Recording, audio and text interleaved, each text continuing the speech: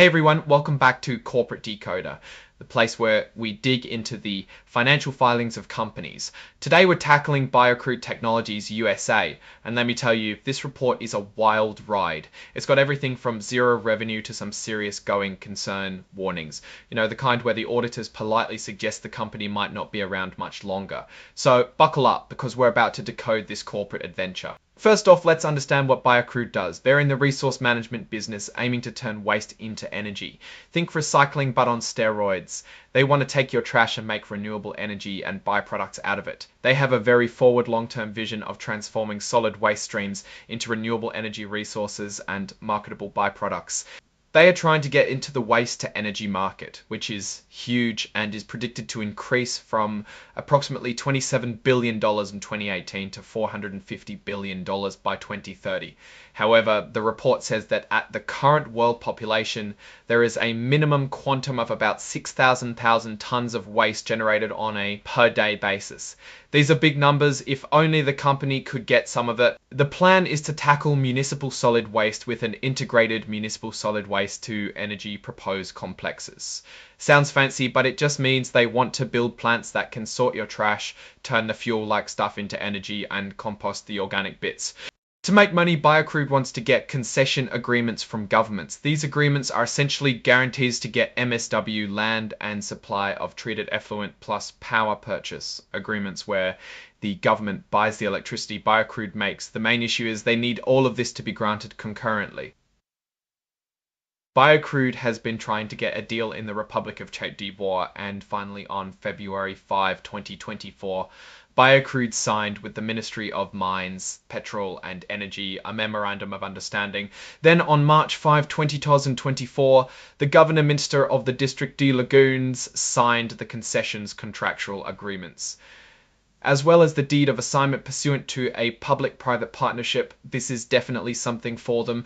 Looking at prior activity, the company mentions that it had signed an engagement with the government of the autonomous island of Grand Comore back in January 2016, now almost a decade ago. However, there appear to be further authorizations and documents still pending.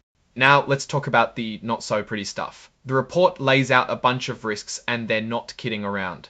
There's the risk of starting a new business venture, having a limited history, and the big one, the going concern. It's written in corporate lingo, but it boils down to we might not make it. Let's get into the numbers.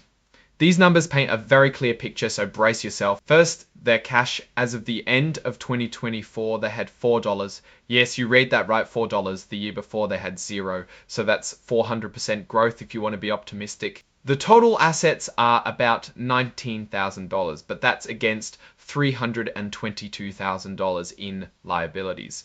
That's a financial hole that is hard to see a way out from. Stockholders' deficit, a whopping $299,000. It's not looking good. Ex-scroll years ended December 31, side scroll. Let's move to the income statement. General and administrative expenses were $2,000 for $2,000 for 2024, up from $240,000 the year before. This is probably mostly to do with professional fees. No revenue, a net loss of $280,000, and that's how you get to that huge accumulated deficit. Operating activities also burned about $203,000. This is a classic startup story, burning through cash trying to get off the ground. They needed to depend on financing activities for approximately to keep going, mostly from private placements and related party advances. And the big one, this factor raises substantial doubt about the ability of the company to continue operating as a going concern. They also said that we determined that there are no critical audit matters, which might be the only good part of the report. Okay, so they know they have problems with their internal controls. They plan to fix it, but the report states they will continue to strive to correct the above noted weakness in internal control once we have adequate funds to do so. Finally, we should touch the segment reporting.